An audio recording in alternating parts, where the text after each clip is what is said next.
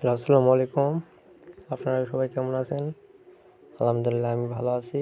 আজকে চলে আসলাম এয়ারপোর্ট। অনেক দিন পর বাড়ি যাইতেছি একটু কাজের জন্য। চলে আসলাম। দেখেন কত লোকজন। আমি মনে করছিলাম আমি সবার আগে আসছি। অথচ দেখি অনেক লোকজন আসছে, অনেক ভিড়। মানে অনেক কয়দিনের ছুটি আর বছরের শেষ সময় তো, এই জন্য একটু লোকজনের সংখ্যা বেশি হবে। কিছু করার নেই, এটাই স্বাভাবিক। এরপর করতে করতে আমি একটা ফ্লাইওভার আসলাম। এর উপর দিয়ে এই পাশে যাওয়ার জন্য চিন্তা করলাম যে এই পাশে যাবো, কীভাবে যাওয়া যায়। পরে অনেক ভাবে চিন্তা লক্ষ্য করে দেখলাম যে একটা জায়গা আছে, এই যে এদিক দিয়ে উঠে চলে গেলাম। পরে এই পাশ থেকে ওই পাশে যেতে পারবো। আর যাওয়ার রাস্তাটা সুবিধায় সবচেয়ে ভালো। আর অবশ্য কইতে কইতে ওয়াশরুমের একটু চাপ নিল, কী করব, একটু যাই ঘুরে আসি। তখন আপনি একটু ওয়েট করেন। আর এখানে সবসময় একটা ভাববেন যে ওয়াশরুমও করতে গেলে বা দেখবেন সবসময় একটু দাম টাম বেশি রাখার চেষ্টা করুন বাইরে বা বাসায় করে আসার।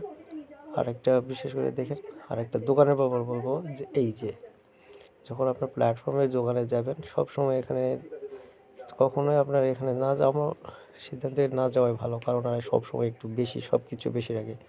যেটা 25 টাকা দাম সেটা রাখে 30 টাকা, যেটা 30 টাকা দাম সেটা 35 টাকা লেখা রাখে কোম্পানির নির্ধারিত, কিন্তু সেল করার সময় তারা 2 নম্বরই করে। আর একটা কি, এই যে এখানে কেউ কখনো পানি খাইতে যায় না, কারণ সবচেয়ে মানে অপরিষ্কার অস্বাস্থ্যকর পরিবেশে এখানে বসবাস করে। দেখেন অনেকে আসে এই যে ভুল খেয়ে চলে যাচ্ছে, যে জিনিসটা ভালো না, পরিষ্কার যত্ন সহকারে রাখে না। আর একটা দেখেন সামনের দিকে আর পিছনের দিকে একটা অপশন আছে, এই জিনিসটা লক্ষ্য করে দেখবেন। দেখেন সামনের দিকে একটা আছে আর পিছনের দিকে। সামনের দিকে লোকজনের সংখ্যা কম, যেটা যত সামনের দিকে যায়। আর পিছনের দিকে মানে কাউন্টারের যেদিকে আছে সেদিকে হলো লোকজনের সংখ্যা সবসময় বেশি হওয়ার কারণ আছে। যে দেখেন লোকজনের সংখ্যা দেখছেন।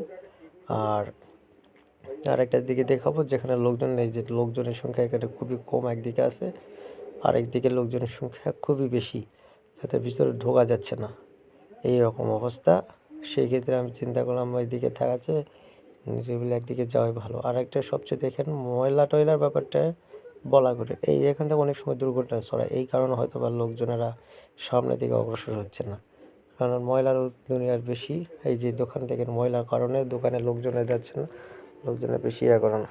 পরে আমি দেখলাম আমার ট্রেনের সিরিয়াল কীরকম অবস্থা। এই যে দেখতেছি আমার ট্রেন 3 নম্বরে আছে, আসছে ঢাকার বাইরে, মানে ঢাকা থেকে কমলাপুর থেকে আমার এয়ারপোর্টে আসবে। সেই হিসেব করে আমার চিন্তা ভাবনা করলাম কিছু করা যায় না যাক, একটু ঘুরে খালি সব দিকে ঘুরে ঘুরে দেখবো, এই মনে করে তো ঘোরাঘুরি করতেছি। আর এই ভাবতেছি যে কখন ট্রেন আসবে। বলতে বলতে হঠাৎ একটা ট্রেন চলে আসছে। এই যে সেই ট্রেন, সেটা হলো রংপুরের ট্রেন, বুড়িমারির। কি বলবো, নামে যেমন বুড়িমারি, কামও সেম বুড়িমারি। রংপুরের মফিজ যা বলো না, সেম একই অবস্থা। খুব ট্রেন চলেও ভালো, কিন্তু বুড়িমারি বলার কারণে কি হয়তো বা আপনারা একটু কমেন্টে জানেন বুড়িমারি ট্রেন হয়তো বা বুড়িমারি নামটা বলার কারণটা কি। সে বলতে বলতে ট্রেনটা চলে আসছে। আর ট্রেন মনে করেন তার নির্দিষ্ট গন্তব্যে যাওয়ার জন্য রেডি। আর যত তাড়াতাড়ি সম্ভব ট্রেনটি চলে যাবে। আমরাও চিন্তা ভাবনা করছি যে কী করা যায় না করা যায়।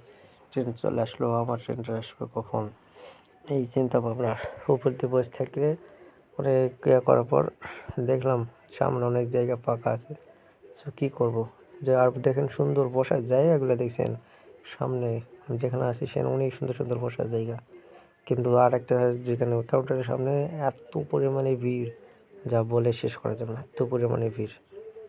ঠিক, যে যেখানে থাকেন ভালো থাকেন, আর আমার জন্য একটু দোয়া সাপোর্ট করবেন।